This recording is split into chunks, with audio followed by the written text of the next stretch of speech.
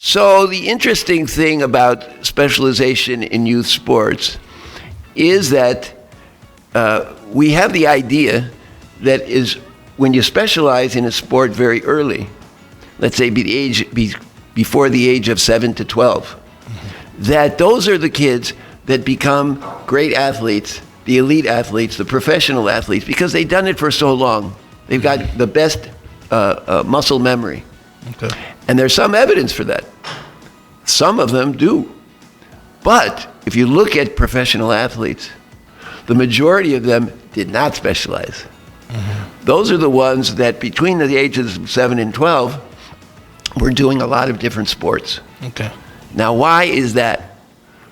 First of all, when you specialize very early, you're more susceptible to injuries when you're in the developing stages of your body, and they don't recover, especially from repetitive injuries. You know, you keep doing the same thing over and over again, using the same muscles. But those kids that now switch from one sport to another, let's say during this school season they're doing one sport, but during the summer they're doing 2 or 3 other sports, now they get a chance to synchronize their muscles. Now here's a little bit of a problem. I think on this island there's about 50-60% of kids who are eligible for youth sports that participate, right? Probably the other 40 to 50% are not. Now we have to worry about them a little bit, because the research shows that 90% of the kids now who are developing type 2 diabetes, you heard of that? Yeah. It's an epidemic among children. We didn't have that before. It's probably because of all the processed foods and all the sugar they're eating, right?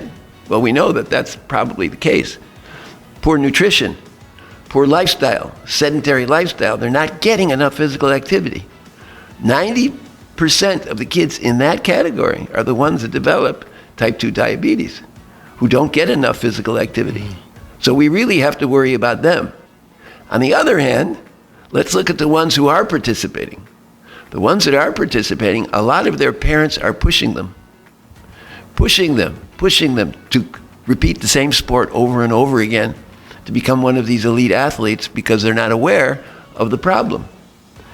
And they look at sports as a way out of maybe poverty, maybe a way out a bad home life, and they think, oh, I'm going to become an athlete, a professional athlete, an elite athlete. I'm going to go get a scholarship to college. We heard about that before.